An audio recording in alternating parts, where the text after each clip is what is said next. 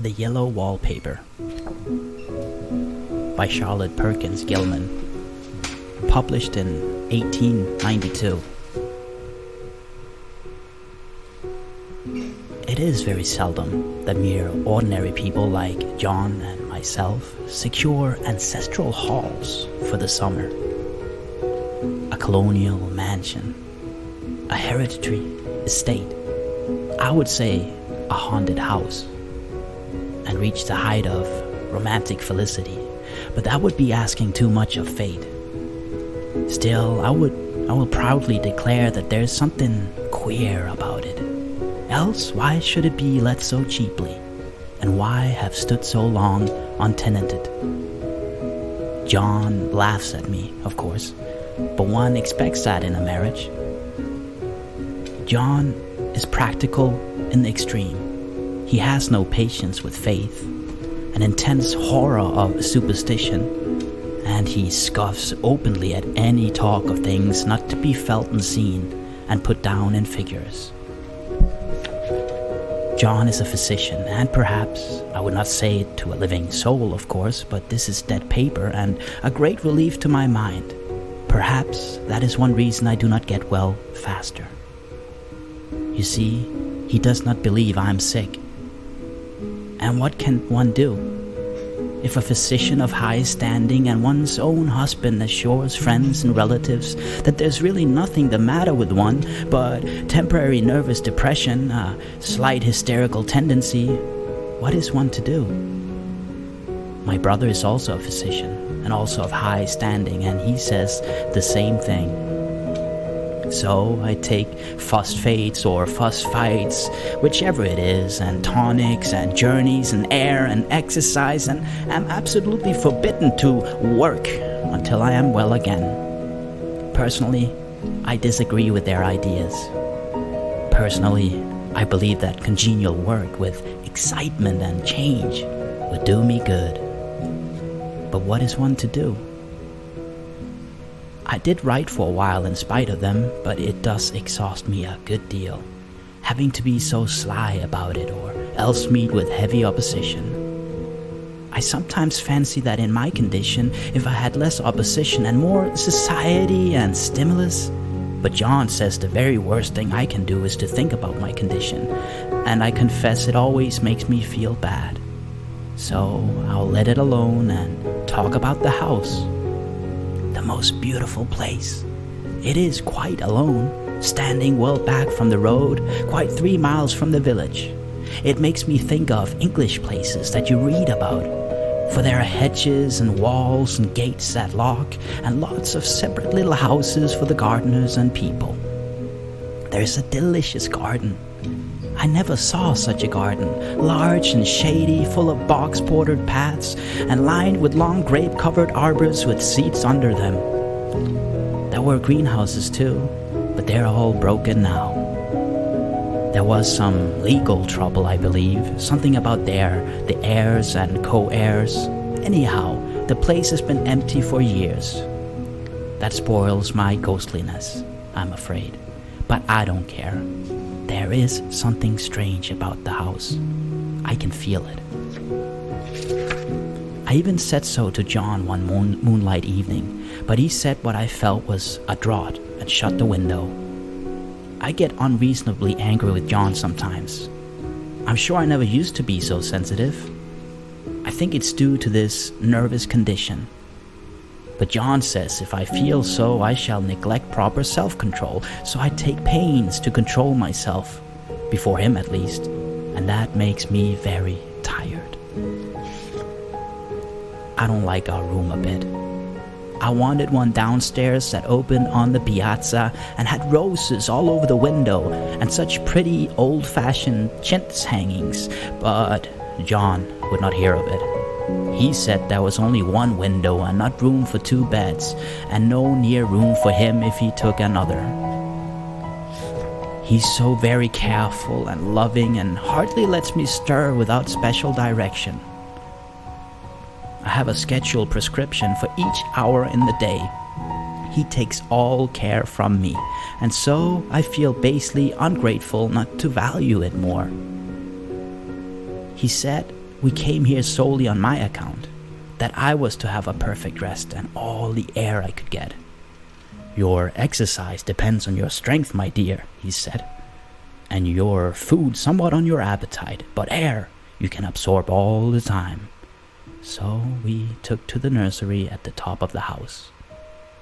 It is a big airy room, the whole floor nearly, with windows that look all ways, and air and sunshine galore. It was nursery first and then playground and gymnasium, I should judge, for the windows are barred for little children, and there are rings and things in the walls. The paint and paper look as if a boys' school had used it. It is stripped off, the paper, in great patches all around the head of my bed, about as far as I can reach, and in great place on the other side of the room low down. I never saw a worse paper in my life. One of those sprawling, flamboyant patterns committing every artistic sin. It is dull enough to confuse the eye in following, pronounced enough to constantly irritate and provoke study, and when you follow the lame on certain curves for a little distance, they suddenly commit suicide, plunge off at outrageous angles, destroy themselves in unheard-of contradictions. The color is repellent, almost revolting, a smoldering, unclean yellow, strangely faded by the slow-turning sunlight. It is a dull yet lurid orange in some places, a sickly sulfur tint in others. No wonder the children hated it. I should hate myself if I had to live in this room long. There comes John, and I must put this away.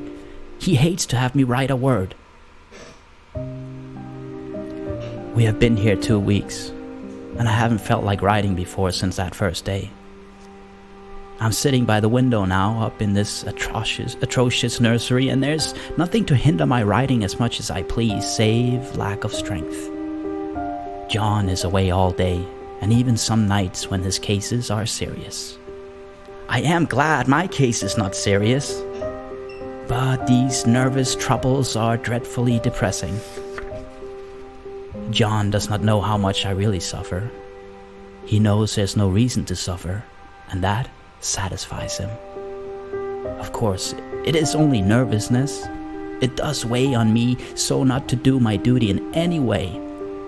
I meant to be such a help to John, such a real rest and comfort, and here I am, comparative burden already. Nobody would believe what an effort it is to do what little I am able, to dress and entertain and order things. It is fortunate Mary is so good with the baby, such a dear baby. And yet, I cannot be with them. It makes me so nervous. I suppose John never was nervous in his life. He laughs at me so about this wallpaper. At first he meant to repaper the room, but afterwards he said that I was letting it get the better of me, and that nothing was worse for a nervous patient than to give way to such fancies. He said that after the wallpaper was changed, it would be the heavy bedstead, and then the barred windows, and then that gate at the head of the stairs, and so on. You know, the place is doing you good, he said, and really, dear, I don't care to renovate the house just for 3 months' rental. Then do let us go downstairs, I said. There are such pretty rooms there.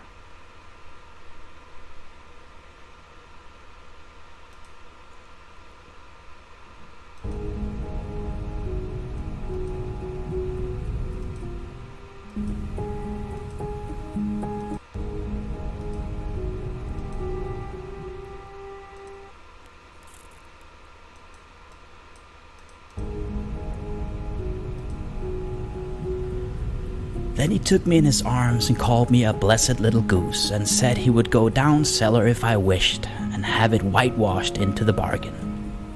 But he's right enough about the beds and windows and things. It is as airy and comfortable a room as anyone need wish, and of course, I would not be so silly as to make him uncomfortable just for a whim. I'm really getting quite fond of the big room, all but that horrid paper. Out of one window I can see the garden. Those mysterious deep-shaded arbors, the riotous old-fashioned flowers and bushes and gnarly trees. Out of another, I get a lovely view of the bay and a little private wharf belonging to the estate. There's a beautiful shaded lane that runs down there from the house. I always fancy I see people walking in these numerous paths and arbors, but John has cautioned me not to give away to fancy in the least.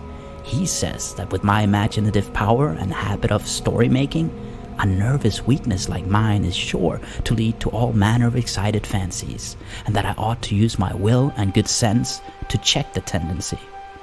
So I try. I think sometimes that if I were only well enough to write a little, it would relieve the press of ideas and rest me. But I find I get pretty tired when I try. It is so discouraging not to have any advice and companionship about my work. When I get really well, John says we'll ask Cousin Henry and Julia down for a long visit. But he says he would as soon put fireworks in my pillowcase as to let me have those stimulating people about now. I wish I could get well faster. But I must not think about that. This paper looks to me as if it knew what a vicious influence it had. There's a recurrent spot where the pattern lolls like a broken neck and two bulbous eyes stare at you upside down. I get positively angry with the impertinence of it and the everlastingness. Up and down and sideways they crawl, and those absurd unblinking eyes are everywhere. There's one place where two breaths didn't match and the eyes go all up and down the line, one a little higher than the other. I never saw so much expression in an inanimate thing before, and we all know how much expression they have. I used to lie awake as a child and get more entertainment and terror out of blank walls and plain furniture than most children could find in a toy store. I remember what a kindly wink the knobs of our big old bureau used to have, and there was one chair that always seemed like a strong friend. I used to feel that if any of the other things looked too fierce, I could always hop into the chair and be safe. The furniture in this room is no worse than inharmonious. However, for we had to bring it all from downstairs. I suppose when this was used as a playroom, they had to take the nursery things out, and no wonder. I never saw such ravages as the children have made here. The wallpaper, as I said before, is torn off in spots, and it sticketh closer than a brother. They must have had perseverance as well as hatred. Then the floor is scratched and gouged and splintered. The plaster itself is dug out here and there, and this great heavy bed, which is all we found in the room, looks as if it had been through the wars. But I don't mind it a bit. Only the paper. There comes John's sister. Such a dear girl as she is, and so careful of me. I must not let her find me writing. She is a perfect and enthusiastic housekeeper, and hopes for no better profession. I verily believe she thinks it is the writing which made me sick. But I can write when she's out, and see her a long way off from these windows. There's one that commands the road, a lovely shaded winding road, and one that just looks off over the country, a lovely country too, full of great elms and velvet meadows. This wallpaper has a kind of sub-pattern in a different shade, a particularly irritating one, for you can only see it in certain lights and not clearly then. But in the places where it isn't faded, and where the sun is just so, I can see a strange, provoking, formless sort of figure that seems to sulk about behind that silly and conspicuous front design. There's Sister on the stairs. Well, the 4th of July is over. The people are gone and I'm tired out. John thought it might do me good to see a little company, so we just had Mother and Nellie and the children down for a week. Of course, I didn't do a thing. Jenny sees to everything now. But it tired me all the same. John says if I don't pick up faster, he shall send me to Wire Mitchell in the fall. But I don't want to go there at all. I had a friend who was in his hands once, and she says he's just like John and my brother, only more so. Besides, it's such an undertaking to go so far. I don't feel as if it was worthwhile to turn my hand over for anything, and I'm getting dreadfully fretful and querulous. I cry at nothing, and cry most of the time. Of course, I don't when John is here or anybody else, but when I'm alone. And I'm alone a good deal just now. John is kept in town very often by serious cases, and Jenny is good and lets me alone when I want her to. So, I walk a little in the garden, or down that lovely lane, sit on the porch under the roses, and lie down up here a good deal. I'm getting really fond of the room, in spite of the wallpaper. Perhaps because of the wallpaper. It dwells in my mind so. I lie here on this great immovable bed, it is nailed down, I believe, and follow that pattern about by the hour. It is as good as gymnastics, I assure you. I start, we'll say, at the bottom, down in the corner over there where it has not been touched, and I determine for the 1000th time that I will follow the pointless pattern to some sort of conclusion. I know a little of the principle of design, and I know this thing was not arranged on any laws of radiation or alternation or repetition or symmetry or anything else that I ever heard of. It is repeated, of course, by the breaths, but not otherwise. I looked at in one way each breath stands alone. The bloated curves and flourishes, kind of debased Romanesque with delirium tremens, go waddling up and down in isolated columns of fatuity, but on the other hand they connect diagonally, and the sprawling outlines run off in great slanting waves of optic horror, like a lot of wallowing seaweeds in full chase. The whole thing goes horizontally too, at least it seems so, and I exhaust myself in trying to distinguish the order of its going in that direction. They've used a horizontal breath for a frieze, and that adds wonderfully to the confusion. There's one end of the room where it's almost intact, and there, when the cross lights fade and a low sun shines directly upon it, I can almost fancy radiation after all. The interminable grotesques seem to form around a common sender and rush off in headlong plunges of equal distraction. It makes me tired to follow it.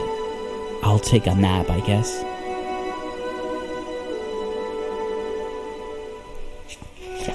I don't know why I should write this. I don't want to. I don't feel able to. And I know John would think it absurd, but I must say what I feel and think in some way. It is such a relief. But the effort is getting to be greater than the relief. Half the time now I'm awfully lazy and lie down ever so much. John says I mustn't lose my strength and has me take cod liver oil and lots of tonics and things, to say nothing of ale and wine and rare meat. Dear John, he loves me very dearly and hates to have me sick. I tried to have a real earnest, reasonable talk with him the other day, and I tell him how I wish he would let me go and make a visit to Cousin Henry and Julia. But he said I wasn't able to go, nor able to stand it after I got there. And I did not make out a very good case for myself, for I was crying before I had finished. It is getting to be a great effort for me to think straight. Just this nervous weakness, I suppose. And dear John gathered me up in his arms and just carried me upstairs and laid me on the bed and sat by me and read to me till it tired my head. He said I was his darling and his comfort and all he had, and that I must take care of myself for his sake and keep well. He says no one but myself can help me out of it, that I must use my will and self-control and not let any silly fancies run away with me. There's one comfort. The baby's well and happy and does not have to occupy this nursery with the horrid wallpaper. If we had not used it, that blessed child would have. What a fortunate escape! Why, I wouldn't have a child of mine, an impressionable little thing, live in such a room for worlds. I never thought of it before, but it is lucky that John kept me here after all. I can stand it so much easier than a baby, you see. Of course, I never mentioned it to them anymore. I am too wise, but I keep watch of it all the same. There are things in that paper that nobody knows but me, or ever will. Behind that outside pattern, the dim shapes get clearer every day. It is always the same shape, only very numerous. And it's like a woman stooping down and creeping about behind that pattern. I don't like it a bit. I wonder, I begin to think, I wish John would take me away from here. It is so hard to talk with John about my case because he's so wise and because he loves me so. But I tried it last night. It was moonlight. The moon shines in all around just as the sun does. I hate to see it sometimes. It creeps so slowly and always comes in by one window or another. John was asleep and I hated to waken him, so I kept still and watched the moonlight on that undulating wallpaper till I felt creepy. The faint figure behind seemed to shake the pattern, just as if she wanted to get out. I got up softly and went to feel and see if the paper did move. And when I came back, John was awake. "What is it, little girl?" he said. "Don't go walking about like that. You'll get cold." I thought it was a good time to talk, so I told him that I really was not gaining here and that I wished he would take me away. "Why, darling," he said, "our lease will be up in 3 weeks and I can't see how to leave before. The repairs are not done at home and I cannot possibly leave town just now. Of course, if you were in any danger, I could and would, but you really are better, dear. Whether you can see it or not, I'm a doctor, dear, and I know. You're gaining flesh and color. Your appetite is better. I feel really much easier about you." "I don't weigh a bit more," said I, "nor as much. And my appetite may be better in the evening when you are here, but it is worse in the morning when you're away." "Bless her little heart," said he with a big hug. "She shall be as sick as she pleases. But now let's improve the shining hours by going to sleep and talk about it in the morning." "And you won't go away?" I asked gloomily. "Why, how can I, dear? It is only 3 weeks more and then we will take a nice little trip of a few days while Jenny is getting the house ready. Really, dear, you are better." "Better in body, perhaps," I began and stopped short, for he sat up straight and looked at me with such a stern, reproachful look that I could not say another word. "My darling," said he, "I beg of you, for my sake and for our child's sake, as well as for your own, that you will never for one instant let that idea enter your mind. There's nothing so dangerous, so fascinating to a temperament like yours. It is a false and foolish fancy. Can you not trust me as a physician when I tell you so?" So, of course, I said no more on that score, and we went to sleep before long. He thought I was asleep first, but I wasn't. I lay there for hours trying to decide whether that front pattern and the back pattern really did move together or separately. On a pattern like this by daylight, there's a lack of sequence, a defiance of law. That is a constant irritant to a normal mind.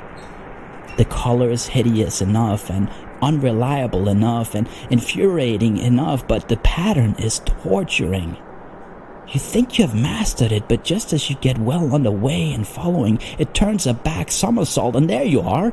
It slaps you in the face, knocks you down and tramples upon you.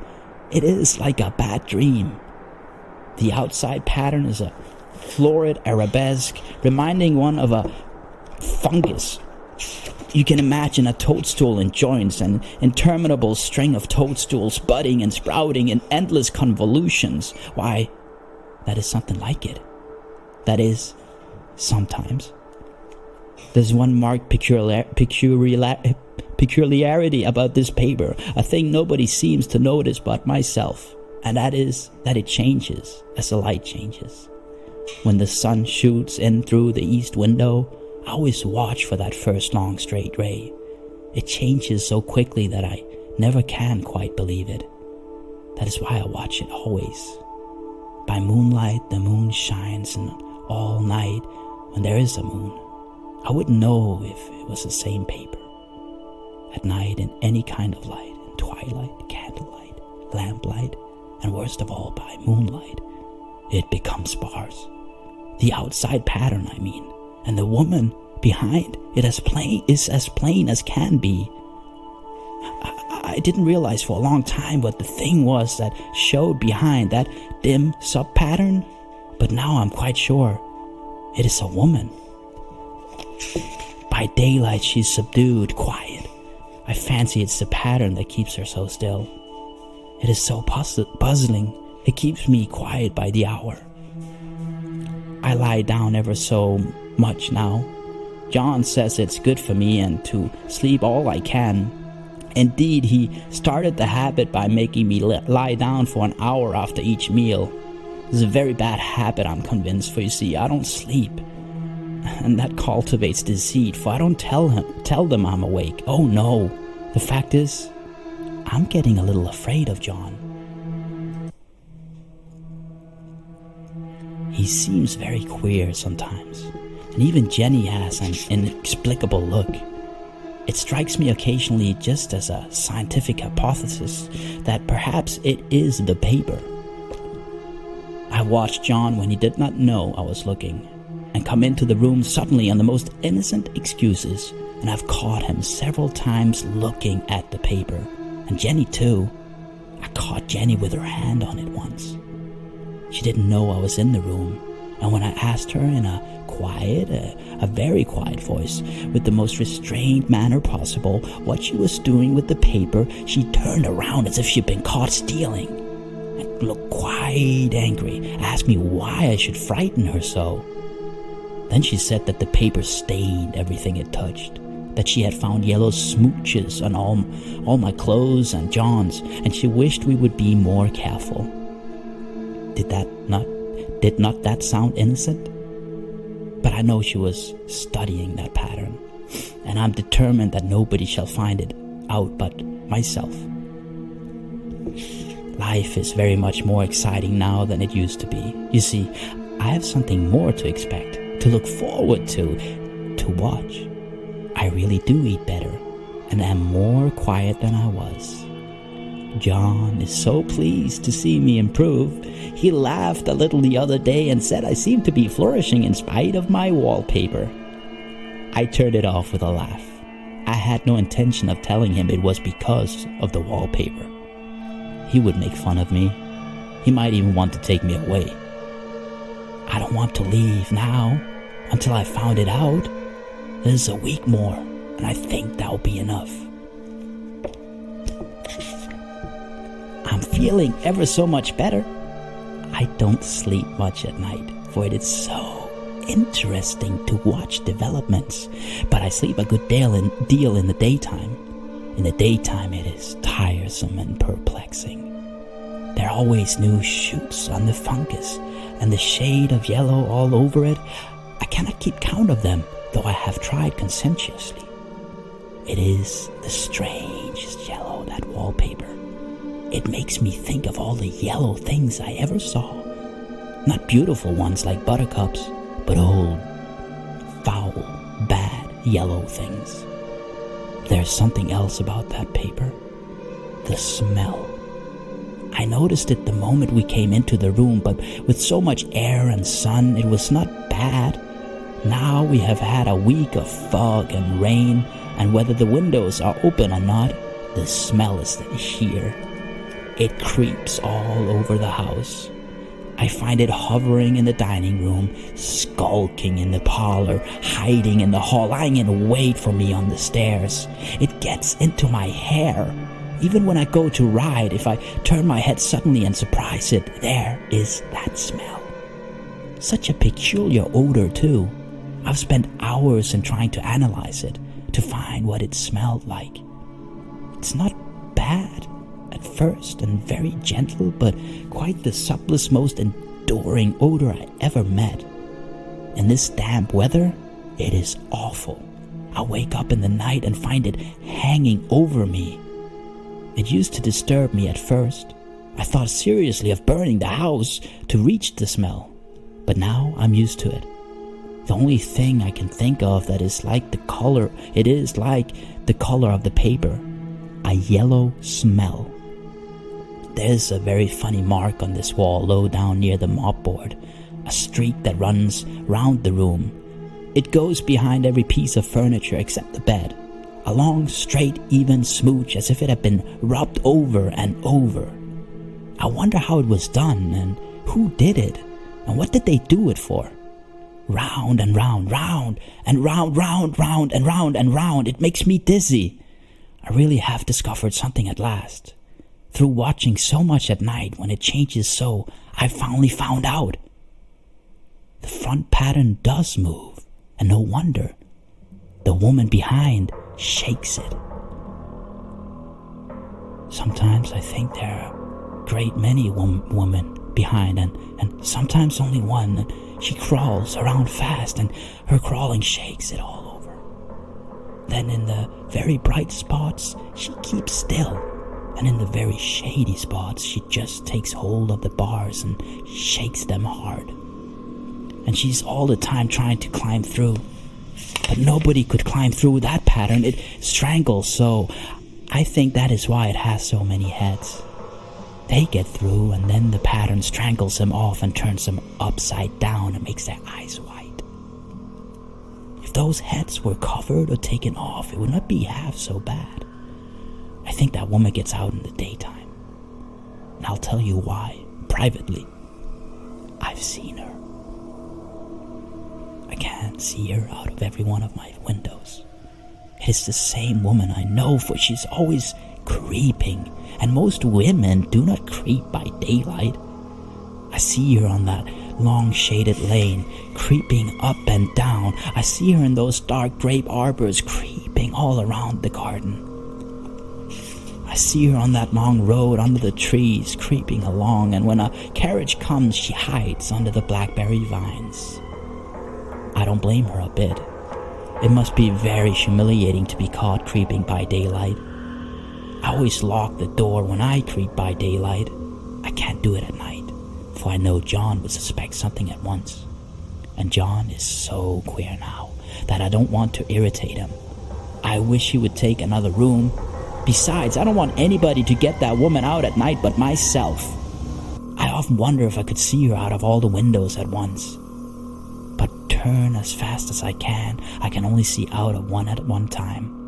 And though I always see her, she may be able to creep faster than I can turn. I have watched her sometimes away off in the open country, creeping as fast as a cloud shadow in a high wind.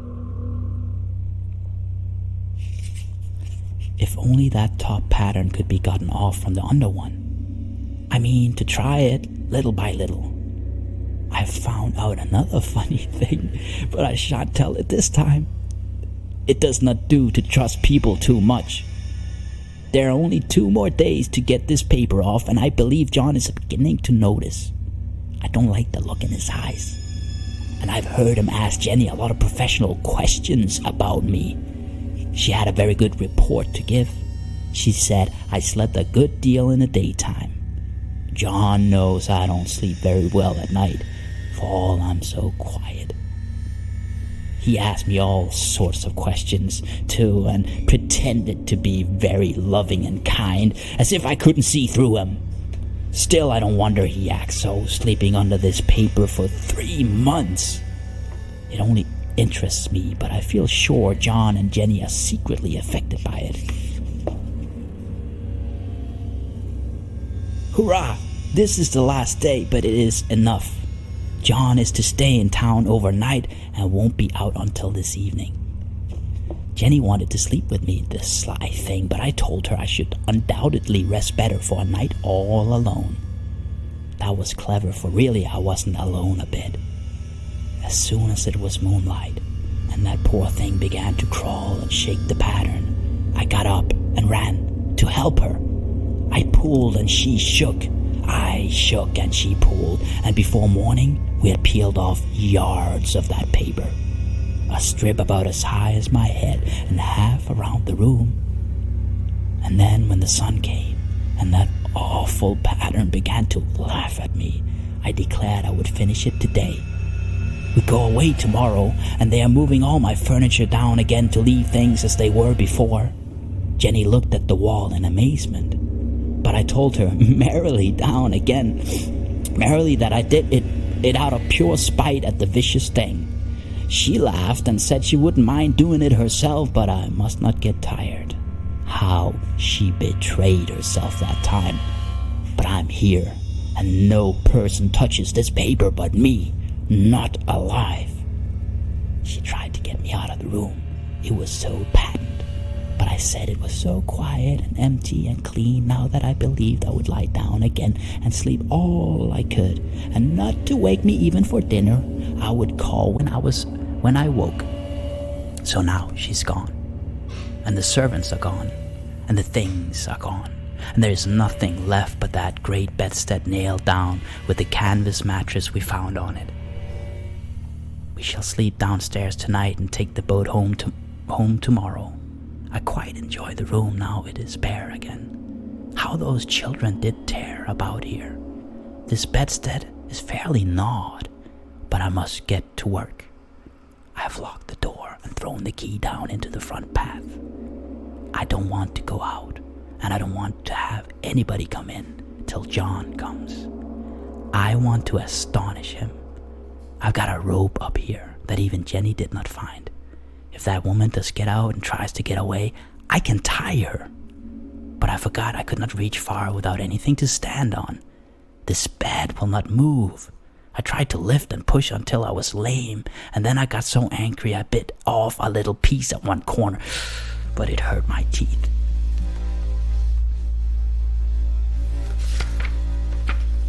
Then I peeled off all the paper I could reach standing on the floor. It sticks horribly and the pattern just enjoys it. All those strangled heads and bulbous eyes and waddling fungus growths just shriek with derision. I'm getting angry enough to do something desperate. To jump out of the window would be admirable exercise, but the bars are too strong even to try. Besides, I wouldn't do it. Of course not. I know well enough that a step like that is improper and might be misconstrued. I don't like to look out of the windows even. There are so many of those creeping women, and they creep so fast. I wonder if they all came out of that wallpaper as I did. But I'm securely fastened now by my well-hidden rope. You don't get me out on the road there. I suppose I shall have to get back behind the pattern when it comes night, and that is hard. It is so pleasant to be out in this great room and creep around as I please. I don't want to go outside. I won't, even if Jenny asks me. For outside you have to creep on the ground, and everything is green instead of yellow. But here I can creep smoothly on the floor, and my shoulder just fits in that long smooch around the wall, so I cannot lose my way. Why, there's John at the door. It's no use, young man. You can't open it. How he does call and pound. Now he's crying for an axe. It would be a shame to break down that beautiful door. John, dear, I said in the gentlest voice, the key is down by the front steps under a plantain leaf. That silenced him for a few moments. Then he said, very quietly indeed, open the door, my darling. I can't, said I. The key is down by the front door under a plantain leaf. And then I said it again, several times, very gently and slowly. And I said it so often that he had to go and see. And he got it, of course, and came in. He stopped short by the door. What is the matter? He cried. For God's sakes, what are you doing? He kept on creeping just the same, but I looked at him over my shoulder. I've got out at last," said I, "in spite of you and Jenny. And I've pulled off most of the paper, so you can't put me back." Now, why should that man have fainted? But he did, and right across my path by the wall, so that I had to creep over him every time.